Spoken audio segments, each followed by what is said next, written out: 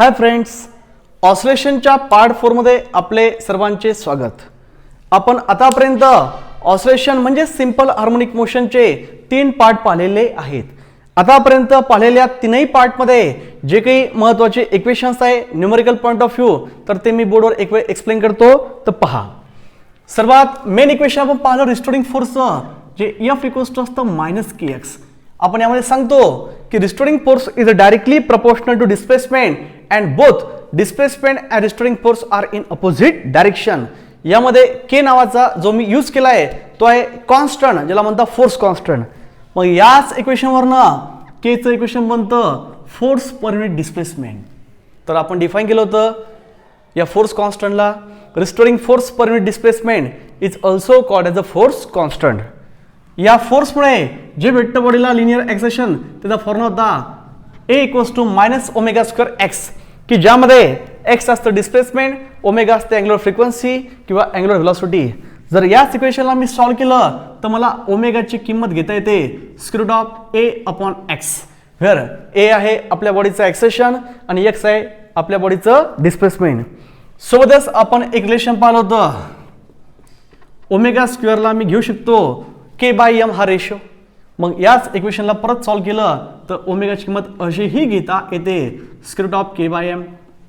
आणि शेवटी पार्ट 3 मध्ये आपण सेकंड ऑर्डर डिफरन्शियल इक्वेशन तयार केलं होतं for linear simple harmonic motion.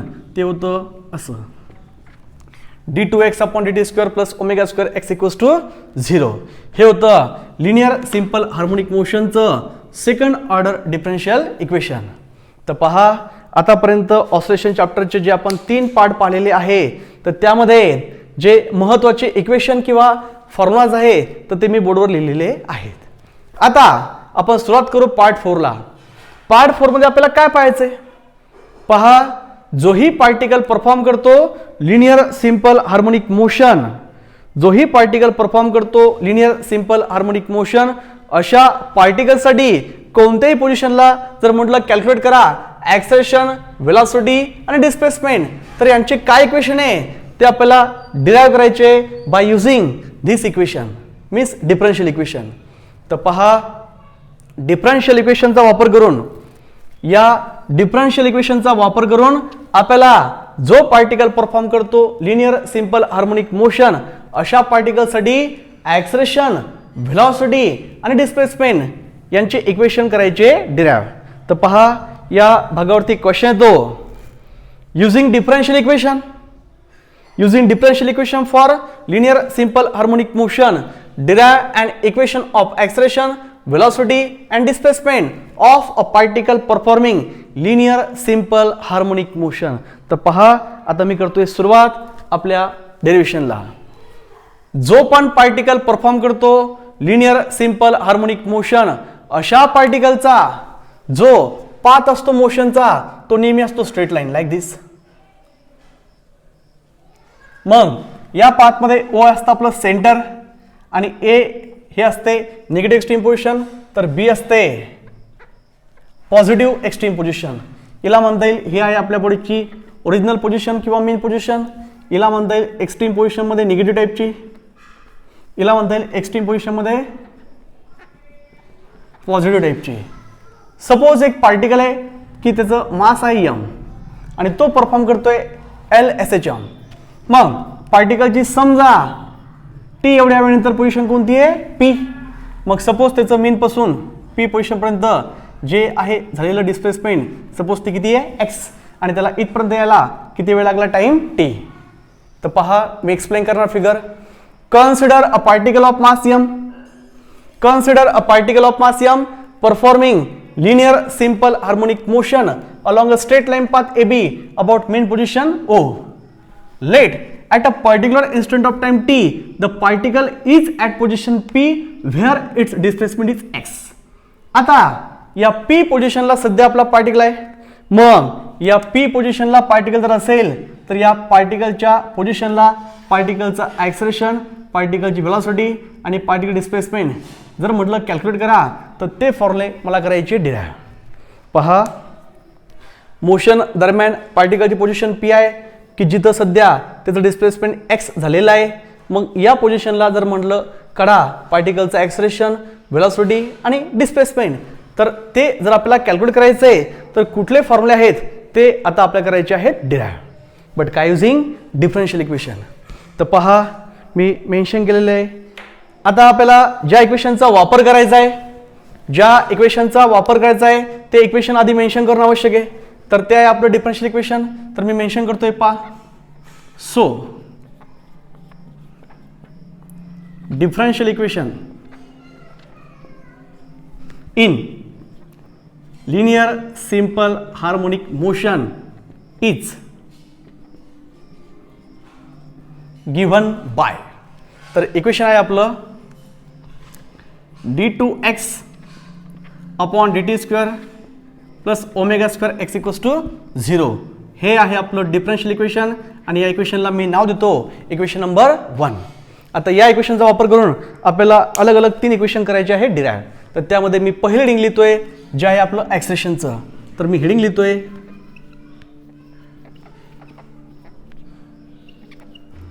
ॲक्सलेरेशन in linear simple harmonic motion. तर पहा जो पार्टिकल परफॉर्म करतोय लिनियर सिंपल हार्मोनिक मोशन अशा पार्टिकल सुरुवातीला आपण काढू ॲक्सलेरेशन. तर पहा युझिंग दिस इक्वेशन म्हटल्यामुळे मला याच इक्वेशनचा वापर करावा लागेल. So from equation 1, from equation 1 ही जी कंप्लीट टर्म इकडे पॉझिटिव्ह आहे तिकडे शिफ्ट करा. तर इक्वेशन काय होईल d2x upon dt square equals to होईल मायनस ओमेगा स्क्वेअर x. आता पहा या इक्वेशनमध्ये ही जी टर्म आहे या टर्मला आपण ॲक्सलेरेशन म्हटलं होतं. कसं इकडे पहा बटमध्ये मी मेन्शन करतो. बट d2x अपॉन dt स्क्वेअरला जर मी वेगवेगळं लिहिलं तर डी बाय डीला वेगळं लिहितो आणि dx अपॉन डीला लिहितो वेगळं. का बरं? हा आहे आपला सेकंड ऑर्डर डेरिव्हेटिव्ह म्हणजे एक्सचा 2 वेळेस घेतलेला आहे डेरिव्हेटिव्ह विथ रिस्पेक्ट टाइम. पहा त्याला म्हणतात का the rate of change of displacement with respect time. dx upon डीटीला मला घेता येतं व्हेलॉसिटी. तर इक्वेशन बनतं dv अपॉन dt. आणि मला सांगा जर मी याला वाचतोय the rate of change of displacement with respect to time तर याला ही वाचता येईल the rate of change of velocity with respect time is called as काय ॲक्सलेरेशन. आणि सिम्बॉल मी घेतोय ॲक्सलेरेशनचा ए डॅश. पहा याला म्हणतात ॲक्सलेरेशनचा सिम्बॉल मी घेतला ए डॅश. ए डॅश का घेतला एकाने घेतला सांगतो पुढे. तर पहा ॲक्सलेरेशन सिम्बॉल आहे ए डॅश म्हणजेच काय हे आहे आपलं बॉडीचं ॲक्सलेरेशन. तर ते मी मेन्शन करू शकतो. Therefore acceleration in linear simple harmonic motion is. तर फॉर्म्युला आहे आपला ए डॅशचा. याच्याऐवजी मला ए डॅश लिहिता येतं तर फॉर्म्युला बनला मायनस ओमेगा स्क्वेअर एक्स आणि याला मी करतो स्क्वेअर ब्रॅकेट किंवा square box.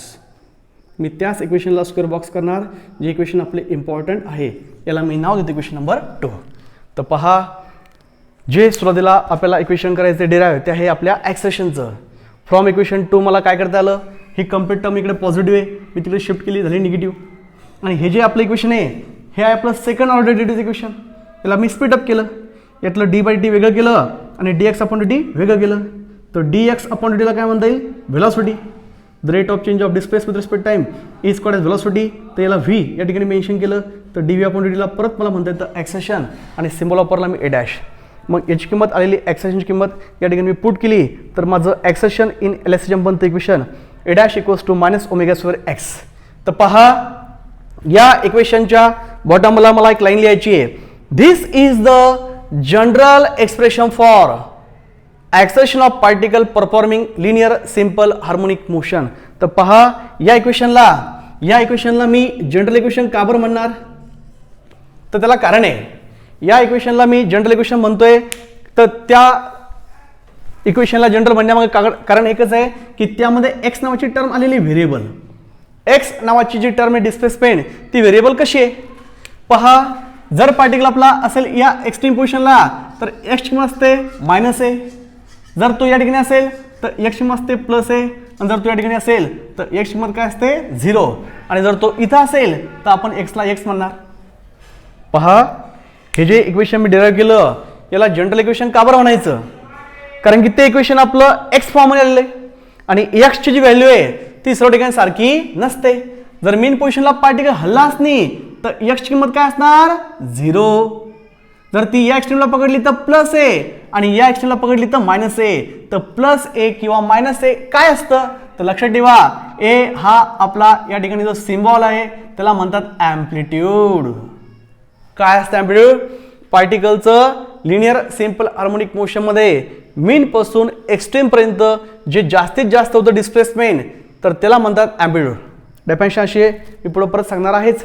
The maximum displacement of particle performing linear simple harmonic motion is called as amplitude. तर तो या ठिकाणी असतो प्लस ए आणि तो या ठिकाणी असतो मायनस ए. तर पहा तुम्हाला ज्या पण ठिकाणी काढायचं आहे पार्टिकलचं ॲक्सेलरेशन तर त्या ठिकाणचं पायाचं डिस्प्लेसमेंट किती आहे ते डिस्प्लेसमेंट पुट करायचं तर त्या ठिकाणचं काय भेटतं तुम्हाला ॲक्सेलरेशन. म्हणून this is the general expression for acceleration of particle performing linear simple harmonic motion. आता आपल्याला सेकंड इक्वेशन करायचं डेराय जे आहे व्हेलॉसिटीचं. तर पहा मी हे रेज करतोय.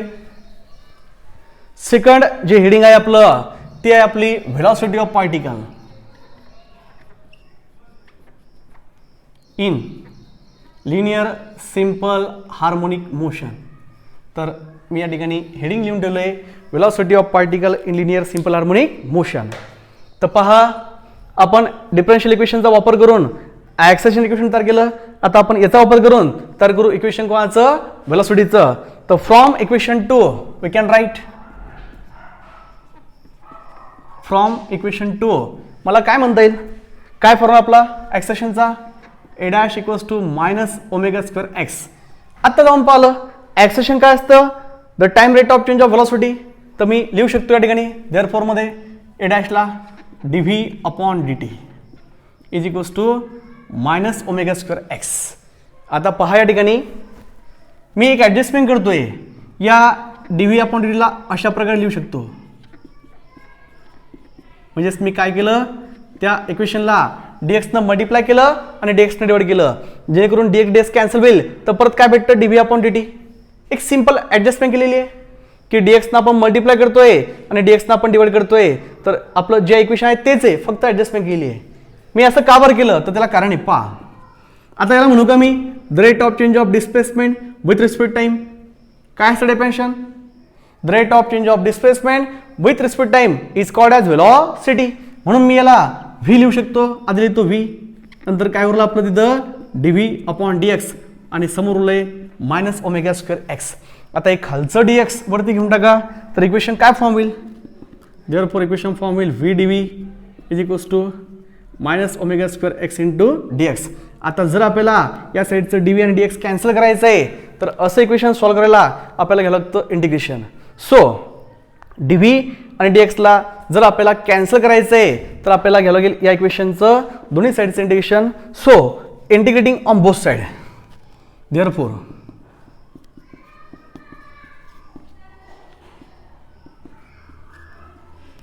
Integrating on both sides. तर हा असतो symbol of integration. Integration v d v is equals to integration of minus omega square x into d x. आता कसं करायचं इंटिग्रेशन तर एक सिंपल स्टेप आहे लक्षात ठेवा मी सांगतो.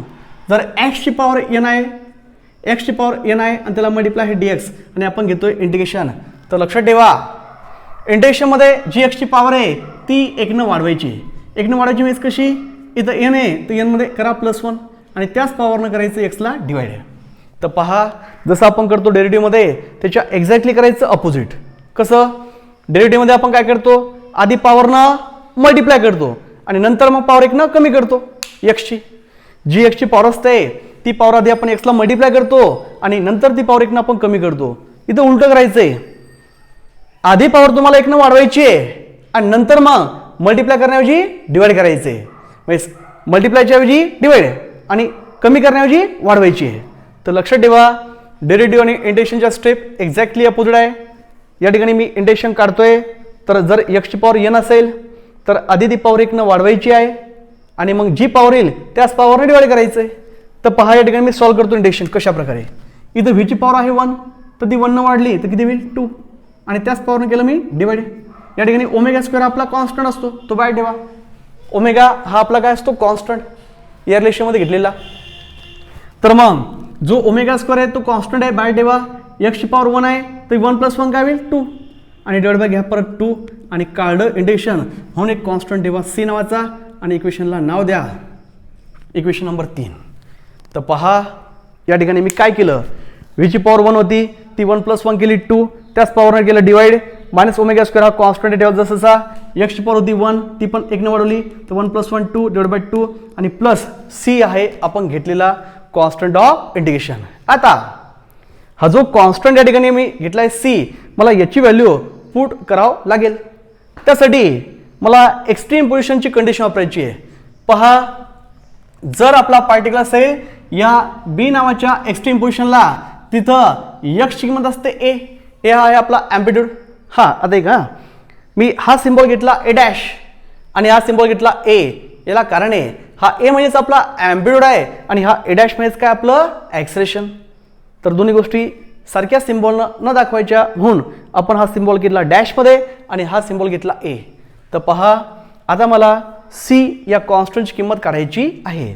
तर पोझिशन बीला जे आहे पार्टिकलचं डिस्प्लेसमेंट ते आहे ए, ए म्हणजे ॲम्प्लिट्यूड आणि या पोझिशनला पार्टिकलची असते व्हेलॉसिटी किती 0. एक्स्ट्रीम पोझिशन तिला म्हणण्यामागे कारण एकच असतं, तिथं पार्टिकलची व्हेलॉसिटी किती असते 0.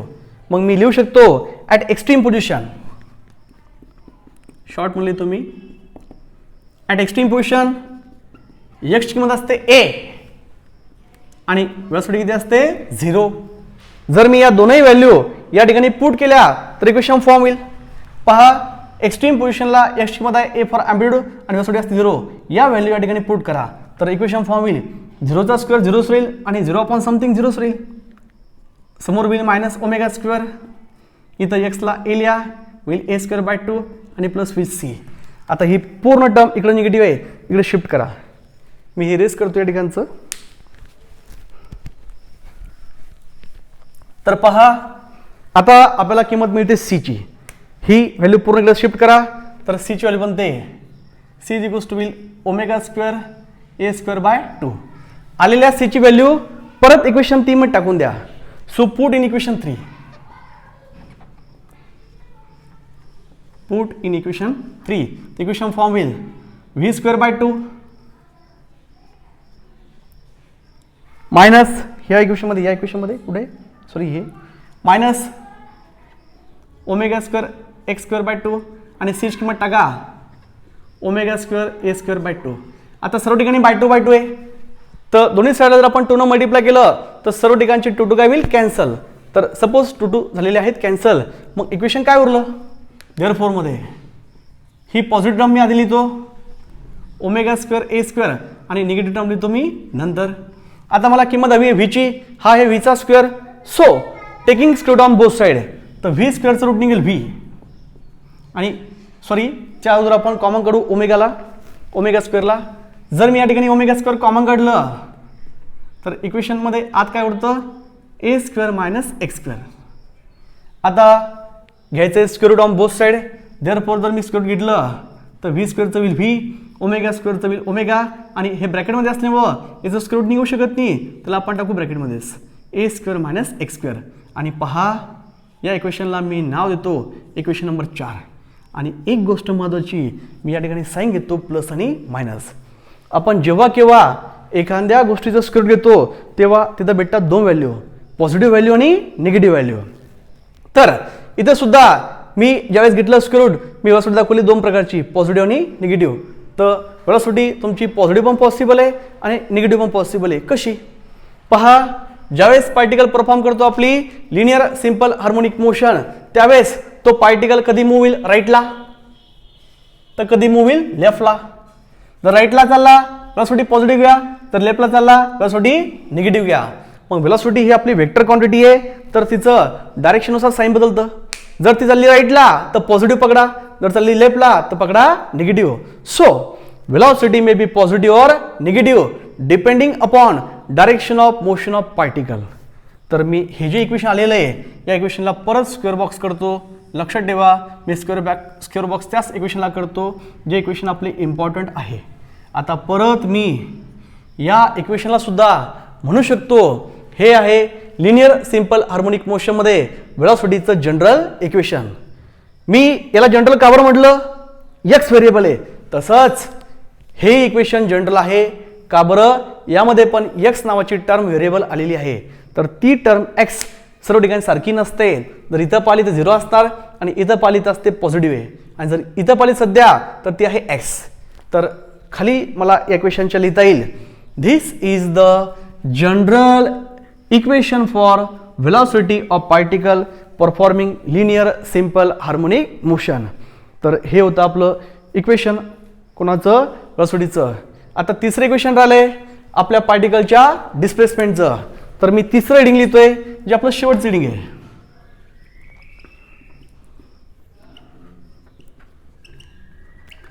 Displacement in linear simple harmonic motion.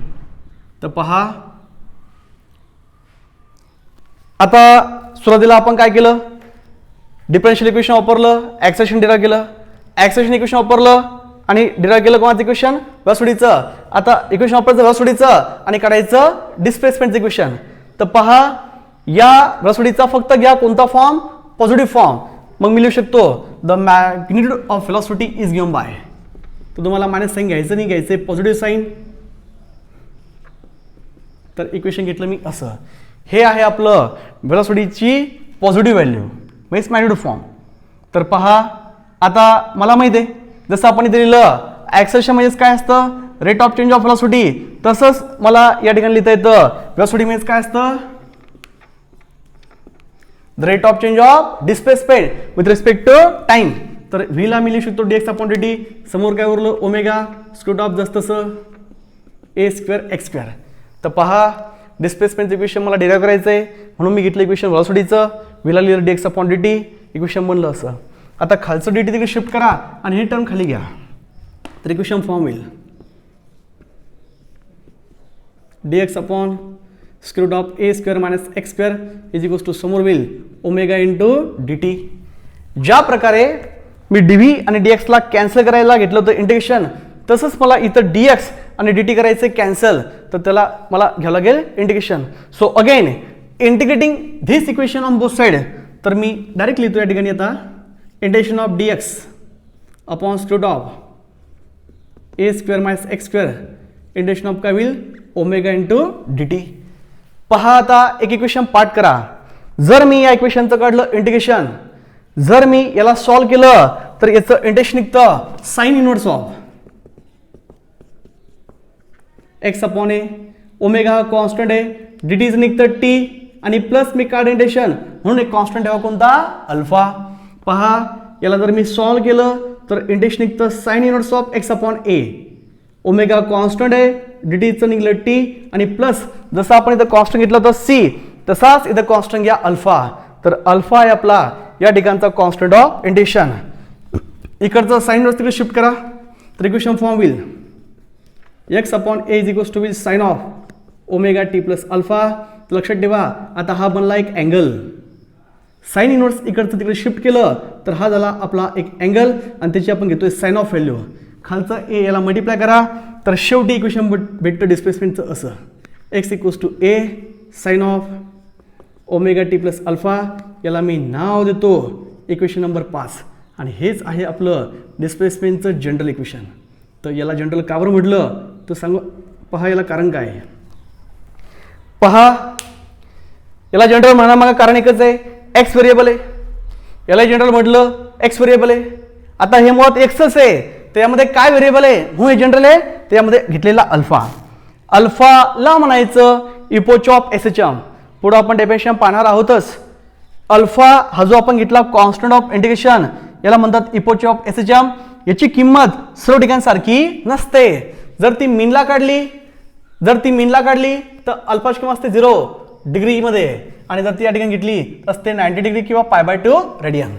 तर पहा, अल्फाची व्हॅल्यू सर्व ठिकाणी सारखी नसते, ती व्हेरिएबल असते आणि म्हणून आपल्याला म्हणता येईल हे जे इक्वेशन मी काढले एक्सचं हे सुद्धा आहे कोणतं इक्वेशन? General equation. तर हे होतं आपलं डेरिव्हेशन. मी थोडक्यात परत रिवाइज करतो, पूर्ण लक्ष ठेवा. पहा, क्वेश्चन आहे आपला असा, डिफरन्शियल इक्वेशनचा वापर करून या इक्वेशनचा वापर करून, डिफरन्शियल इक्वेशनचा वापर करून 3 इक्वेशन डिराईव्ह करा. त्यामध्ये पहिला ॲक्सेलरेशन, दुसरी व्हेलॉसिटी आणि तिसरं डिस्प्लेसमेंट. तर आपल्याला फिगरला एक्सप्लेन करावं लागेल. Consider a particle of mass m performing linear simple harmonic motion along a straight line path AB about mean position O. Let at a particular instant of time t the position of particle is p where its displacement is x. आता अशा position p ला की ज्या ठिकाणी displacement आहे आपलं x. मग अशा पोझिशन p ला जर आपल्याला करायचं ॲक्सेलरेशन, वेलोसिटी, डिस्प्लेसमेंट, त्याचं आता आपल्याला पाहायचं डिरेक्शन. तर ज्या इक्वेशनचा वापर करायला सांगितला, आधी मी ते इक्वेशन मेन्शन केलं. Differential equation for linear simple harmonic motion is given bye, हे आपण आधीच पार्ट 3 मध्ये डिराईव्ह केलेलं आहे. आता मी डायरेक्ट मेन्शन केलं. आता हे पहिलं लिहिलं मी acceleration in linear simple harmonic motion. तर मी ही जी टर्म इकडे पॉझिटिव्ह तिकडे शिफ्ट केली, झाली निगेटिव्ह. आणि हे जे आहे आपलं सेकंड ऑर्डर डिफरन्शियल इक्वेशन मधलं सेकंड ही टर्म, हिला मी स्पीडअप करतो. यामध्ये डी बाय डी टी करतो वेगळं आणि d x upon d T करतो वेगळं. तर डी एक्स अपॉन डी टीला मला म्हणतात the velocity. The rate of change of displacement with respect time is called as velocity. आता परत the rate of change of velocity with respect time is called as acceleration. म्हणजेच काय आपल्या बॉडीचं acceleration. आणि सिम्बॉल घेतला मी ए डॅश. सिम्बॉल मी ए डॅश घेतला यासाठी कारण की ए चा अर्थ इथं आहे ॲम्प्लिट्यूड आणि ए डॅशचा अर्थ आहे ॲक्सेलरेशन. मग याची व्हॅल्यू मी ए डॅश इथं लिहिली. तर इक्वेशन बनलं acceleration in linear simple harmonic मोशनचं a dash equals to minus omega square x. यामध्ये निगेटिव्ह साईनचा अर्थ हा असतो. Both acceleration and displacement are in opposite direction. सोबतच this is the general equation for acceleration in LHM because x is variable. नंतर heading लिहिलं velocity in linear simple harmonic motion. तर हे जे आपलं फ्रॉम इक्वेशन 2 आहे, या ठिकाणी मला ए डॅशला परत लिहिता येईल असं. The rate of change of velocity with respect to time is equals to minus omega square x. आता यामध्ये मी एक सिंपल ॲडजस्टमेंट केली. या डी व्ही अपॉन डी टीला तसंच ठेवलं, फक्त डी एक्सनं मल्टिप्लाय आणि डी एक्सनं डिवाइड केलं. तर rate of change of displacement with respect time is called as velocity. हे आहे जसं तसं. हे डी एक्स याला केलं मल्टिप्लाय. आता v d v is equals to equation मधलं minus omega square x into d x. आता डी व्ही आणि डी एक्सला डी व्हीला व्हीमध्ये आणि डी एक्सला एक्समध्ये मला ॲड करायचं आहे. त्यासाठी मला घ्यावं लागेल integration. So integrating on both side. तर सिम्बॉल ऑफ इंटिग्रेशन दाखवलं आहे मी या ठिकाणी असा. इंटिग्रेशन कसं करतात, व्हीची पॉवर 1 वाढवायची आणि त्याच पॉवरनं डिवाइड करायचं. व्हीची पॉवर ऑलरेडी 1 आहे, 1 + 1 होईल 2 आणि तीच पॉवर डिवाइड. हा कॉन्स्टंट आहे जसं तसा. एक्सची पॉवर 1 वाढवली, 1 + 1 2, तीच पॉवर केली डिवाइड आणि काढलं इंटिग्रेशन म्हणून मी एक कॉन्स्टंट ठेवला सी. तर व्हेअर सी आहे आपला कॉन्स्टंट ऑफ इंटिग्रेशन. आता या कॉन्स्टंटची व्हॅल्यू मला पुट करायची आहे. त्यासाठी मी कंडिशन वापरतो एक्स्ट्रीम पोझिशनला. मला माहिती आहे या एक्स्ट्रीम पोझिशनला एक्सची व्हॅल्यू असते ए ॲम्प्लिट्यूड आणि व्हेलॉसिटी किती असते 0. सो मी मेन्शन केलं शॉर्टमध्ये लिहिलं या ठिकाणी EP at extreme position x equals to a and v equals to 0. मग या दोनही व्हॅल्यू मला पुट करायचे इक्वेशन 3 मध्ये. जर व्हीला मी 0 लिहिलं तर 0च होईल सर्व आणि एक्सला काय लिहिलं मी ए हा आहे आपला ॲम्प्लिट्यूड. तर इक्वेशन म्हणलं आपलं असं. आता ही जी पूर्ण टर्म आहे निगेटिव्ह इकडे शिफ्ट करा तर व्हॅल्यू बनते सीची. म्हणून सीची व्हॅल्यू बनली omega square a square by 2. आता मिळालेली सीची किंमत जो आपला कॉन्स्टंट ऑफ इंटिग्रेशन आहे ती परत पुट करा इक्वेशन 3 मध्ये. सो पुट इन इक्वेशन 3 या ठिकाणी पुट केली. आता सर्व ठिकाणी बाय 2 आहे. जर दोन्ही साईडला तुम्ही 2 न मल्टिप्लाय केलं हे 2 आणि हे 2 काय होईल कॅन्सल. मग सर्व ठिकाणची 2 कॅन्सल. मग काय उरलं v square equals to positive वाली टर्म आधी लिहा, निगेटिव्ह वाली नंतर लिहा. दोघांमध्ये कॉमन काढा ओमेगा स्क्वेअर. आपल्याला इक्वेशन हवं आहे व्हीचं. So taking square root on both side. तर व्ही स्क्वेअरचं निघेल व्ही, ओमेगा स्क्वेअर निघतं ओमेगा. हे ब्रॅकेटमध्ये असल्यामुळे निघणार नाही, यांचं सबस्ट्रॅक्शन आहे त्यामुळे square root of a square minus x square. आणि लक्षात ठेवा कुठल्याही गोष्टीचं ज्यावेळेस आपण काढतो स्क्वेअर रूट ते निघतं 2 व्हॅल्यूमध्ये पॉझिटिव्ह आणि निगेटिव्ह. तर का बरं आपण घेतलं प्लस आणि मायनस, त्याला कारण आहे हा पार्टिकल मोशनमध्ये असताना कधी मूव होतो राईटला कधी मूव होतो लेफ्टला. जर तो राईटला चालला तर व्हेलॉसिटी पॉझिटिव्ह पकडा, जर तो लेफ्टला चालला व्हेलॉसिटी निगेटिव्ह पकडा. सोबतच याही इक्वेशनला म्हणता येईल जनरल इक्वेशन. का बरं यामध्ये एक्स काढलेलं आहे व्हेरिएबल. तुम्हाला ज्या पण ठिकाणची व्हेलॉसिटी काढायची आहे मग ती पोझिशन मीन असो का एक्स्ट्रीम असो का जनरल पोझिशन असो पी, त्या ठिकाणी डिस्प्लेसमेंट पुट करा, त्या ठिकाणचे भेटते आपल्याला व्हेलॉसिटी.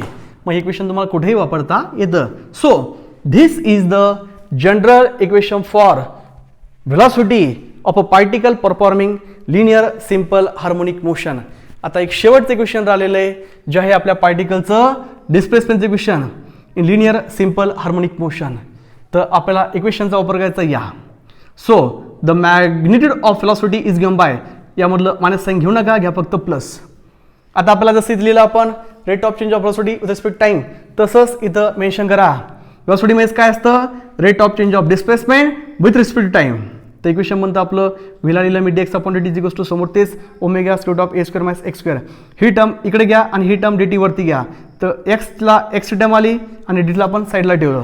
तर इक्वेशन म्हणलं आपलं dx upon square of a square minus x square आणि समोर उरलं ओमेगा इंटू dt.